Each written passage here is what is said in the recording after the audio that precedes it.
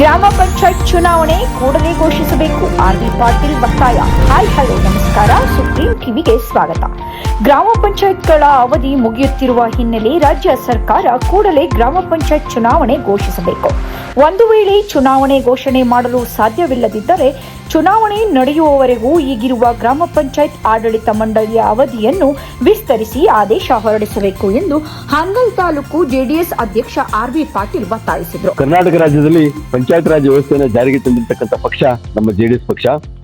ಆದರೆ 5 ವರ್ಷದ ಅವಧಿಯಲ್ಲಿರ್ತಕ್ಕಂಥ ಗ್ರಾಮ ಪಂಚಾಯತಿ ಮಟ್ಟದ ಸದಸ್ಯರ ಅಧಿಕಾರದ ಅವಧಿ ಇಂದು 2026 ಜನವರಿ 28ರಂದು ಮುಕ್ತಾಯಗೊಂಡಿದೆ.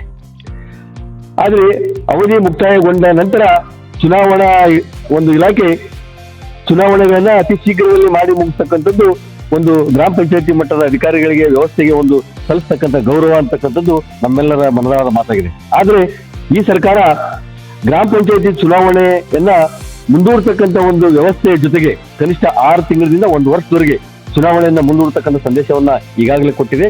ಅದೇ ರೀತಿಯಾಗಿ ಅಧಿಕಾರಾವಧಿ ಇಂದು ಮುಗಿದಿದ್ದು 28ನೇ ತಾರೀಕು ಜನವರಿಯಿಂದ ಮುಗಿದಿದ್ದು ಆ ಒಂದು ಸ್ಥಾನಕ್ಕೆ ಆಡಳಿತಾಧಿಕಾರಿಗಳನ್ನ ನೇಮಕ ಮಾಡತಕ್ಕಂಥ ಪ್ರಕ್ರಿಯೆ ಆಲ್ರೆಡಿ ಪ್ರಾರಂಭವಾಗಿದೆ ಮಾನ್ಯ ಜಿಲ್ಲಾಧಿಕಾರಿಗಳಿಂದ.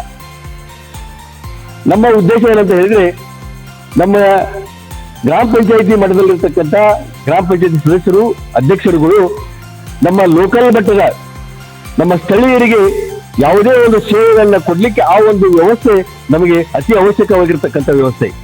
ಅಂತ ವ್ಯವಸ್ಥೆಯನ್ನ ಮೊದಲುಗೊಳಿಸ್ತಕ್ಕಂಥ ಕೆಲಸ ಸರ್ಕಾರದಿಂದ ಆಗ್ತಿದೆ. ಯಾಕೆಂತ ಹೇಳಿದ್ರೆ ಈಗಾಗಲೇ ಆಲ್ರೆಡಿ ನೀವು ತಾಲೂಕ್ ಪಂಚಾಯತಿಗಳನ್ನ ತಿಂದು ನುಂಗಿ ಹಾಕಾಗಿದೆ, ಜಿಲ್ಲಾ ಪಂಚಾಯತ್ ಒಂದು ವ್ಯವಸ್ಥೆಯನ್ನು ಕೂಡ ಹದಗೆಡಿಸಿ ಆಗಿದೆ. ಅದೇ ರೀತಿಯಾಗಿ ಈ ಗ್ರಾಮ ಪಂಚಾಯತಿಯನ್ನು ಕೂಡ ತಾವು ಎಲ್ಲಿ ಅದನ್ನ ಮರೀಚಿಕೆಯಾಗಿ ನಮ್ಮ ಸಾರ್ವಜನಿಕರು ಮಾಡ್ತಿರುವಂತಕ್ಕಂಥ ಭಯ ನಮ್ಮ ಜೆಡಿಎಸ್ ಪಕ್ಷಕ್ಕೆ ಸ್ಟಾರ್ಟ್ ಆಗಿದೆ. ಹಾಗಾಗಿ ನಮ್ಮ ಒಂದು ಹಕ್ಕು ಒತ್ತಾಯ ಏನಂತ ಹೇಳಿದ್ರೆ, ಯಾವುದೇ ಕಾರಣಕ್ಕೂ ನೀವು ಈ ಒಂದು 28ರಿಂದ 1.5-2 ತಿಂಗಳೊಳಗ ಗ್ರಾಮ ಪಂಚಾಯತಿ ಚುನಾವಣೆಯನ್ನ ಮಾಡಲೇಬೇಕು. ಇಲ್ಲ ಅಂತಂದ್ರೆ ನೀವು ಚುನಾವಣೆಯನ್ನ ಯಾವಾಗ ಮಾಡ್ಕೊರಿ, 6 ತಿಂಗಳು ಬಿಟ್ಟು ಮಾಡ್ಕೊರಿ, 6 ವರ್ಷ ಬಿಟ್ಟು ಮಾಡ್ಕೊರಿ, ನಮ್ಗೇನು ಅಭ್ಯಂತರ ಇಲ್ಲ. ಆದ್ರೆ ಈಗಿರ್ತಕ್ಕಂಥ ಗ್ರಾಮ ಪಂಚಾಯತಿ ಸದಸ್ಯರನ್ನೇ ಮುಂದುವರಿಸಬೇಕು, ಅಧ್ಯಕ್ಷರುಗಳನ್ನೇ ಮುಂದುವರಿಸಬೇಕು. ಇಲ್ಲ ಅಂತಂದ್ರೆ ನಾವು ಉಗ್ರವಾದ ಹೋರಾಟವನ್ನ ಹಾನಗಲ್ ತಾಲೂಕಿಂದ ಪ್ರಾರಂಭ ಮಾಡ್ತೇವೆ. ನಿಮಗೆ ಯಾವುದೇ ಕಾರಣಕ್ಕೂ 1 ವಾರದ ಗಡುವನ್ನು ಕೊಡ್ತೀವಿ ನಾವು. ಮಾನ್ಯ ಮುಖ್ಯಮಂತ್ರಿಗಳೇ, ಮಾನ್ಯ ಉಪಮುಖ್ಯಮಂತ್ರಿಗಳೇ, ನೀವು 2020ರಲ್ಲಿ ಬಿಜೆಪಿ ಸರ್ಕಾರ ಇದ್ದಾಗ ಕರೋನಾ ಸಮಯದಲ್ಲಿ ನೀವು ಬಿಜೆಪಿ ಸರ್ಕಾರ ಚುನಾವಣೆ ಮಾಡಲಿಕ್ಕೆ ಅವಕಾಶ ಇರೋದಿಲ್ಲ ಅಂತಕ್ಕಂಥ ಒಂದು ಸಂದೇಶವನ್ನ ಕೊಟ್ಟಾಗ ತಾವುಗಳು ಪತ್ರಿಕಾಗೋಷ್ಠಿಯನ್ನು ಮಾಡ್ತೀರಿ. ಹಾಲಿ ಇರ್ತಕ್ಕಂಥ ಮುಖ್ಯಮಂತ್ರಿಗಳು, ಉಪಮುಖ್ಯಮಂತ್ರಿಗಳು ನೀವು ಯಾವುದೇ ಕಾರಣಕ್ಕೂ ಆಡಳಿತಾಧಿಕಾರಿಗಳನ್ನು ನೇಮಕ ಮಾಡಬೇಡ್ರಿ, ಗ್ರಾಮ ಪಂಚಾಯತಿ ಸದಸ್ಯರಿಗೆ ಅವಕಾಶವನ್ನು ಕೊಟ್ಟು ಅವರನ್ನೇ ಕಂಟಿನ್ಯೂ ಮಾಡಿರಿ ಅಂತಕ್ಕಂಥ ಸಂದೇಶವನ್ನು ಕೊಟ್ಟು ಪ್ರೆಸ್ ಮೀಟ್ ಮಾಡ್ತೀರಿ. ಆದ್ರೆ ನೀವು ವಿರೋಧ ಪಕ್ಷದಲ್ಲಿದ್ದಾಗ ನಿಮ್ಮ ಒಂದು ನಡವಳಿಕೆ ಬೇರೆ, ಅಧಿಕಾರದಲ್ಲಿದ್ದಾಗ ನಿಮ್ಮ ನಡವಳಿಕೆ ಬೇರೆ. ಅಂದ್ರೆ ವಿರೋಧ ಪಕ್ಷದಲ್ಲಿದ್ದಾಗ ನೀವೇನ್ ಬೇಕಾದ್ ಮಾತಾಡ್ಬೋದು, ಅಧಿಕಾರದಲ್ಲಿದ್ದಾಗ ನೀವೇನ್ ಬೇಕಾದ್ ಮಾಡ್ಬೋದು.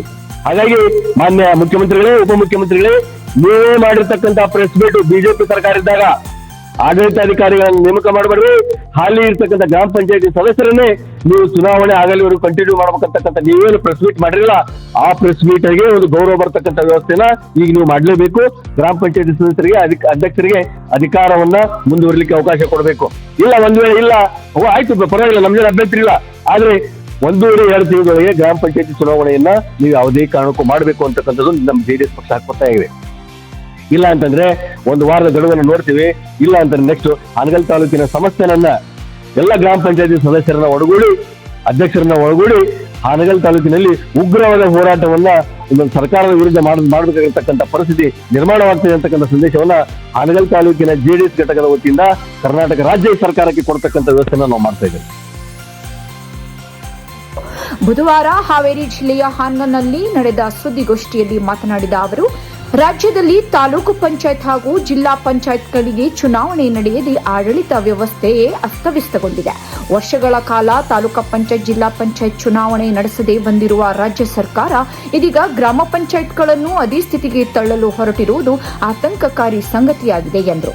ತಾಲೂಕು ಹಾಗೂ ಜಿಲ್ಲಾ ಪಂಚಾಯತ್ ಆಡಳಿತವಿಲ್ಲದ ಕಾರಣ ಸಾರ್ವಜನಿಕರ ಸಮಸ್ಯೆಗಳಿಗೆ ಸ್ಪಂದಿಸಲು ಸಾಧ್ಯವಾಗದ ಪರಿಸ್ಥಿತಿ ನಿರ್ಮಾಣವಾಗಿದೆ. ಇದು ಪ್ರಜಾಪ್ರಭುತ್ವದ ವ್ಯವಸ್ಥೆಗೆ ಭಾರಿ ಧಕ್ಕೆಯಾಗಿದ್ದು ಜನಸಾಮಾನ್ಯರು ತೀವ್ರವಾಗಿ ಸಂಕಷ್ಟ ಅನುಭವಿಸುವಂತಾಗಿದೆ. ಕೇವಲ ಅಧಿಕಾರಿಗಳ ಮೂಲಕ ಜನಪರ ಆಡಳಿತ ನಡೆಸಲು ಸಾಧ್ಯವಿಲ್ಲ.